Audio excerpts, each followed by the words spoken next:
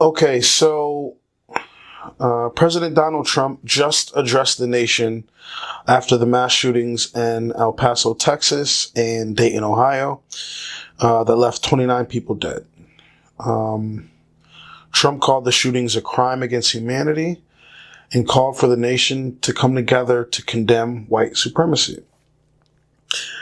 So this, after watching this has brought up some topics I feel the need to speak on, and some topics that I've been seeing other people already speaking on. I have the clip of the speech at the end of the video. I want to say it's probably about 9 minutes long, so not too long, not too hard to sit through. So that's at the end of the video. Feel free to watch that. But okay, first and foremost, one of the issues I have with what Trump said in his speech is video games. He, placed some of the issues on video games.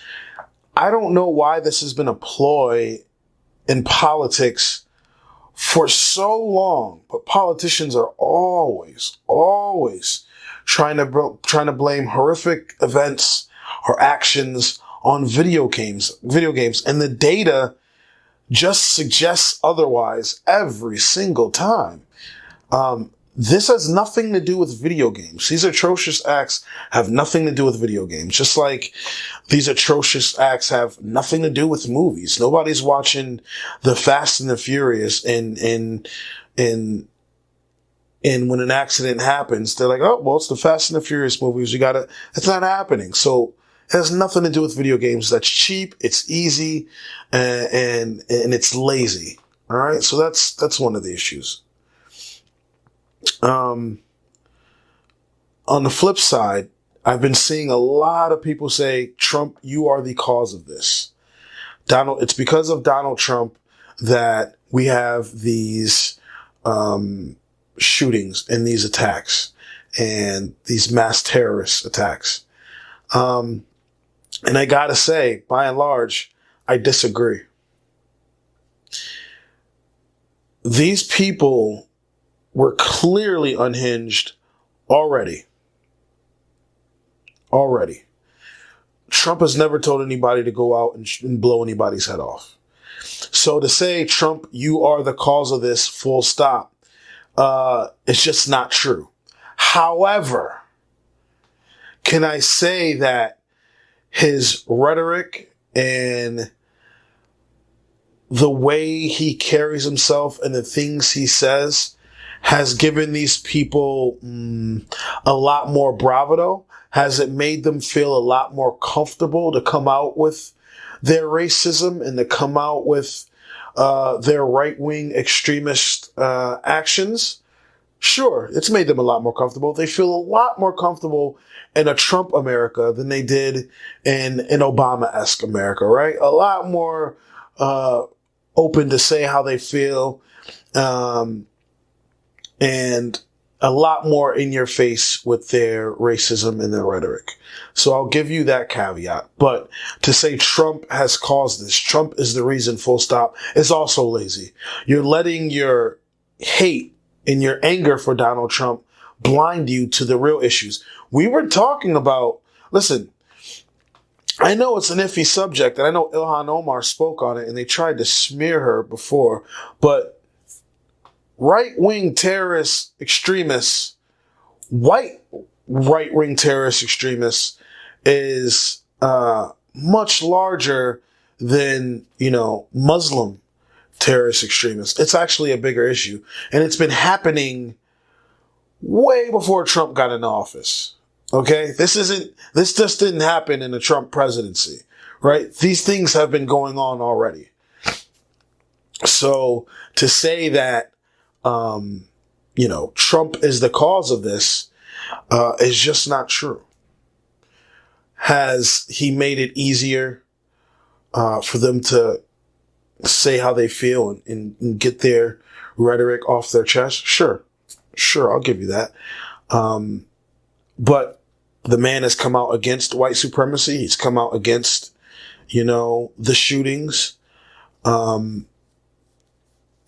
And he spoke on something I spoke on in my last video a bit: mental illness.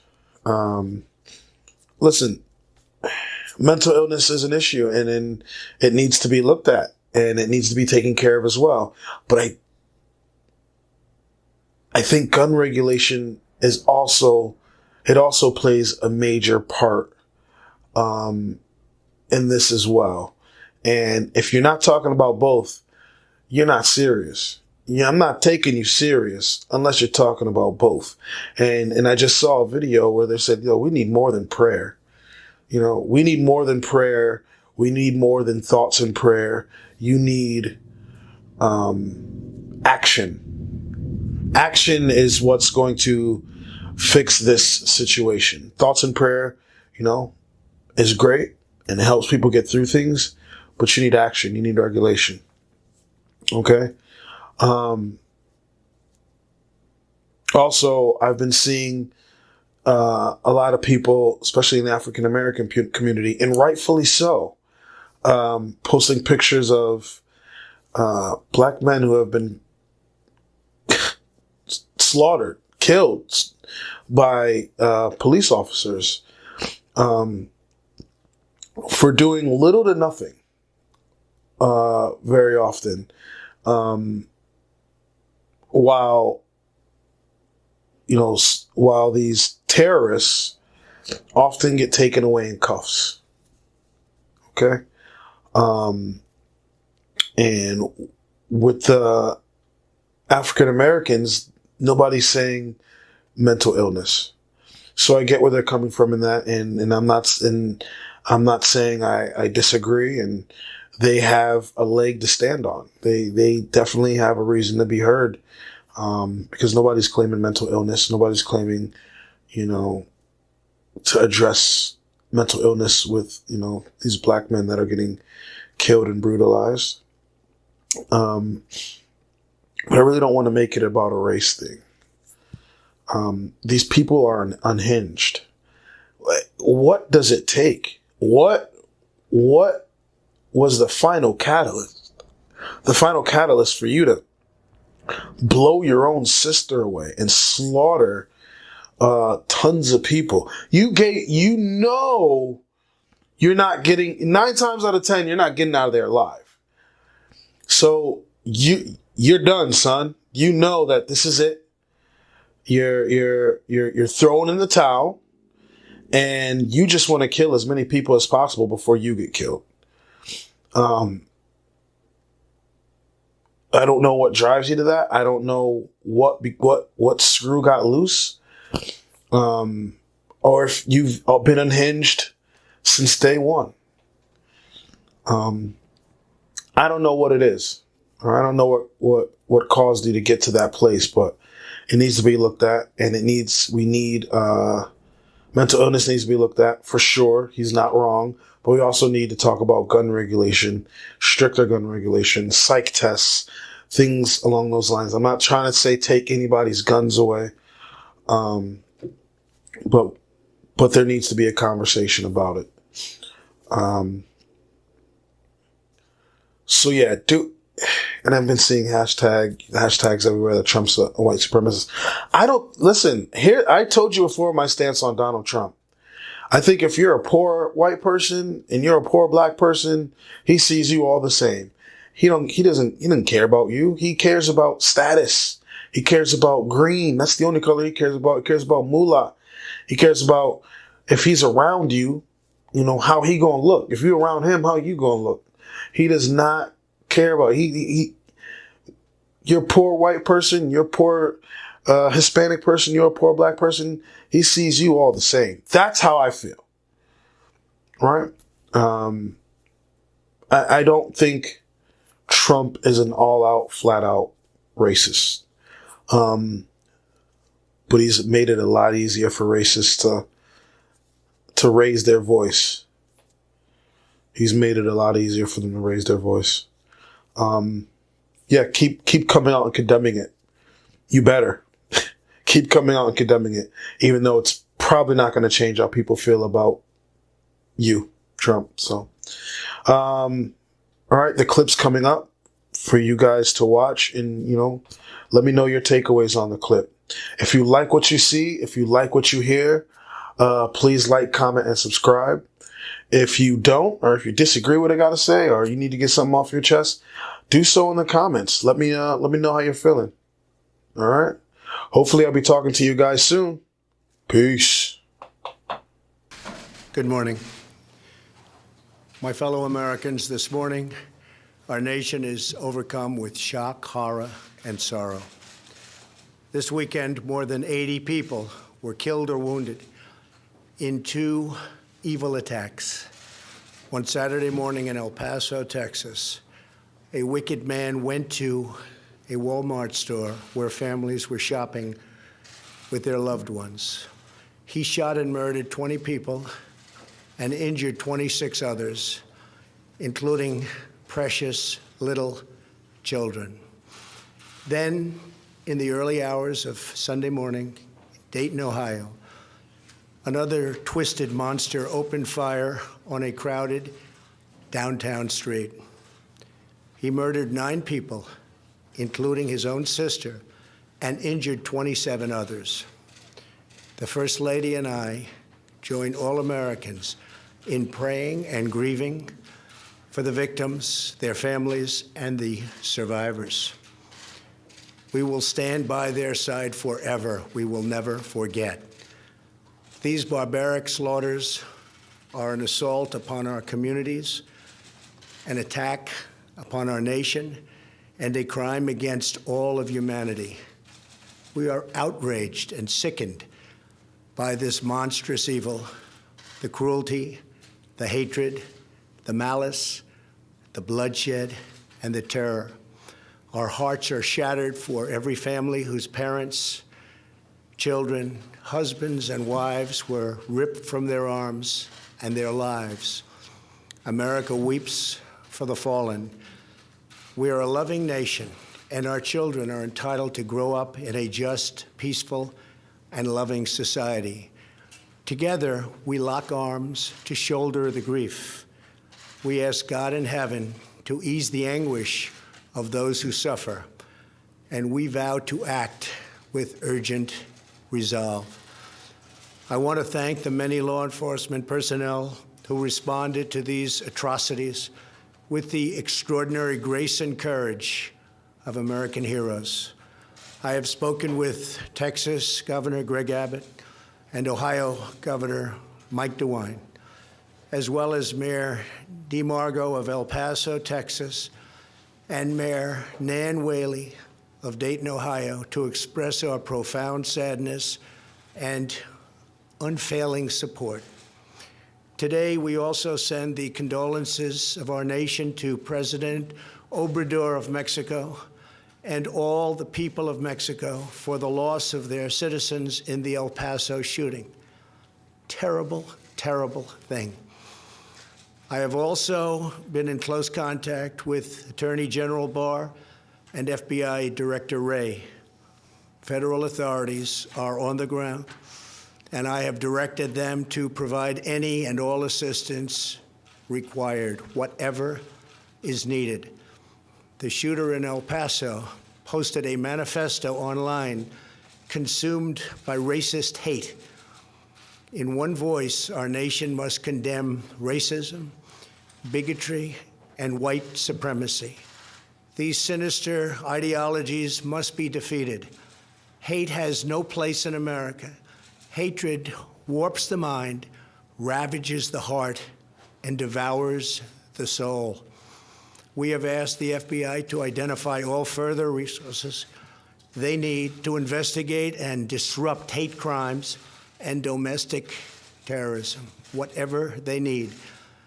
We must recognize that the internet has provided a dangerous avenue to radicalize disturbed minds and perform demented acts. We must shine light on the dark recesses of the internet and stop mass murders before they start. The internet, likewise, is used for human trafficking, illegal drug distribution, and so many other heinous crimes. The perils of the internet and social media cannot be ignored, and they will not be ignored. In the 2 decades since Columbine, our nation has watched with rising horror and dread as one mass shooting has followed another, over and over again, decade after decade. We cannot allow ourselves to feel powerless. We can and will stop this evil contagion. In that task, we must honor the sacred memory of those we have lost by acting as one people. Open wounds cannot heal if we are divided.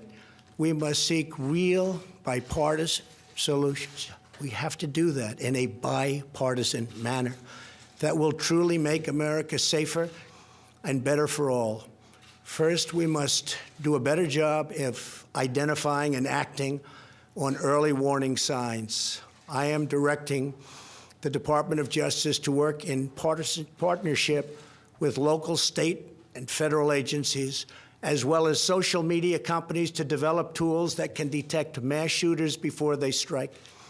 As an example, the monster in the Parkland High School in Florida had many red flags against him, and yet nobody took decisive action. Nobody did anything. Why not? Second, we must stop the glorification of violence in our society. This includes the gruesome and grisly video games that are now commonplace. It is too easy today for troubled youth to surround themselves with a culture that celebrates violence. We must stop or substantially reduce this, and it has to begin immediately.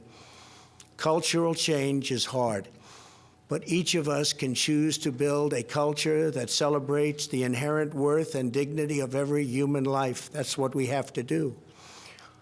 Third, we must reform our mental health laws to better identify mentally disturbed individuals who may commit acts of violence, and make sure those people not only get treatment, but when necessary, involuntary confinement. Mental illness and hatred pulls the trigger, not the gun. Fourth, we must make sure that those judged to pose a grave risk to public safety do not have access to firearms, and that if they do, those firearms can be taken through rapid due process. That is why I have called for red flag laws, also known as extreme risk protection orders. Today, I'm also directing the Department of Justice to propose legislation ensuring that those who commit hate crimes and mass murders face the death penalty, and that this capital punishment be delivered quickly, decisively, and without years of needless delay. These are just a few of the areas of cooperation that we can pursue. I am open and ready to listen and discuss all ideas that will actually work and make a very big difference. Republicans and Democrats have proven that we can join together in a bipartisan fashion to address this plague. Last year, we enacted the Stop School Violence and Fix NICS Acts into law, providing grants to improve school safety and strengthening critical background checks for firearm purchases. At my direction, the Department of Justice banned bump stocks. Last year, we prosecuted a record number of firearms offenses. But there is so much more that we have to do. Now is the time to set destructive partisanship aside, so destructive, and find the courage to answer hatred with unity, devotion, and love. Our future is in our control. America will rise to the challenge. We will always have, and we always will, win. The choice is ours, and ours alone. It is not up to mentally ill monsters. It is up to us. If we are able to pass great legislation after all of these years, we will ensure that those who were attacked will not have died in vain. May God bless the memory of those who perished in Toledo. And may God protect them. May God protect all of those from Texas to Ohio. May God bless the victims and their families. May God bless America. Thank you very much. Thank you.